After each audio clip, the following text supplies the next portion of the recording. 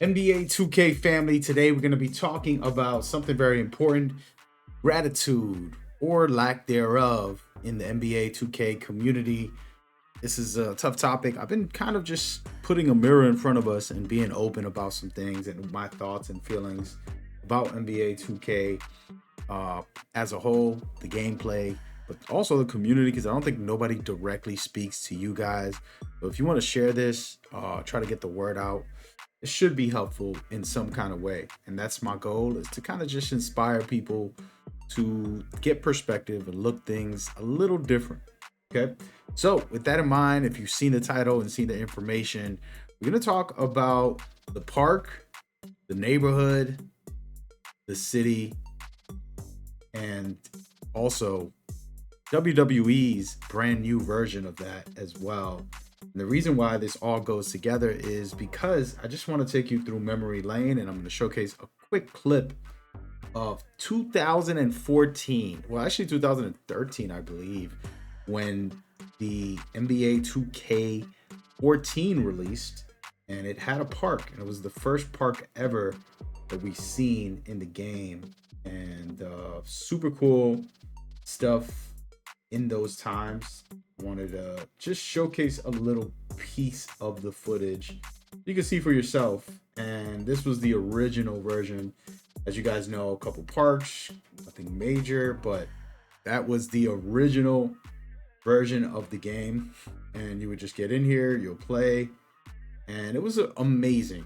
And if you guys can remember, in the old days, 2015, 16, and 17 was the era where a lot of players really ended up getting followed, chased around, and so much more. It was amazing.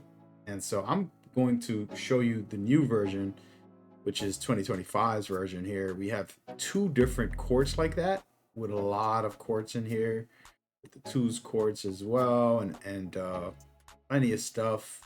You can see this is the layout, much bigger and more to it than the previous ones, just a little bit. But this is what we have now, right? On top of that, you have a full city, okay?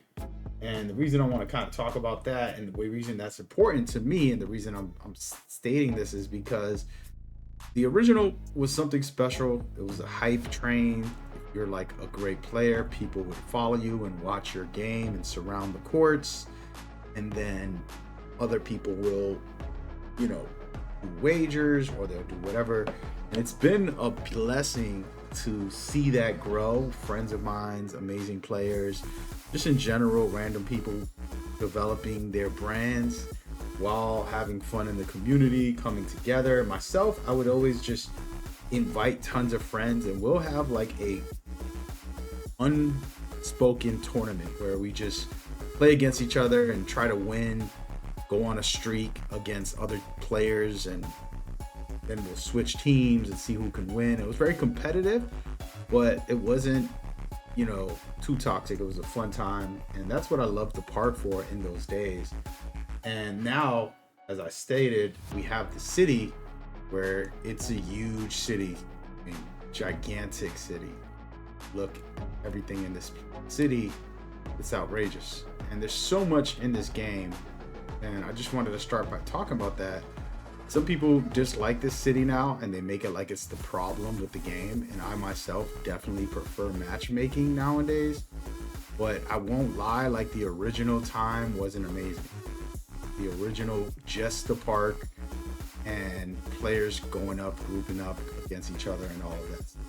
We've gotten so big, so many different game modes, and so many different elements. We've got the starting five here, the Pro-Am, Ante Up, aka the stage. We have the theater with 4 different modes in there, proving grounds for ranked, and then of course the rec. It's gotten bigger and better over the years, and the reason I want to say this is because we were grateful and we really took advantage of it.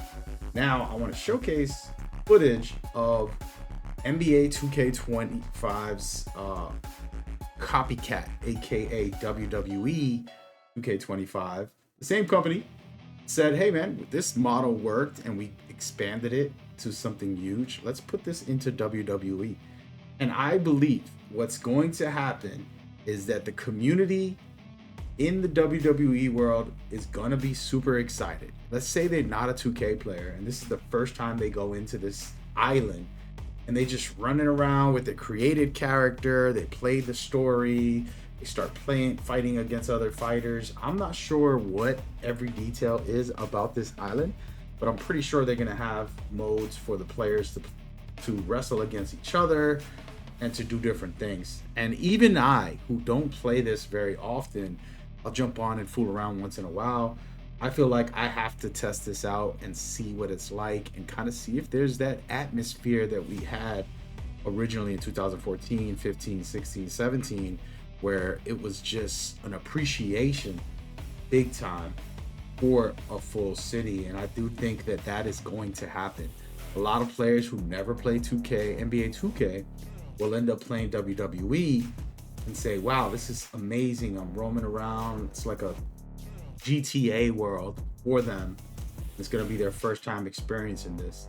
Now, the question is 5-10 years later, will they get jaded and be spoiled like the NBA 2K community? That is the bigger question. And it's not to say that this is a good model or a bad model. I'm not here to like give my opinion on these things, but I do know for a fact that 2K, if it didn't expand as big as it was, it would have died out a long time ago. And so I'm sure that this can possibly grow and be a big hit. If it misses, then it's an example of like, hey, this is too bloated, too much content, just keep it to a matchmaking or something.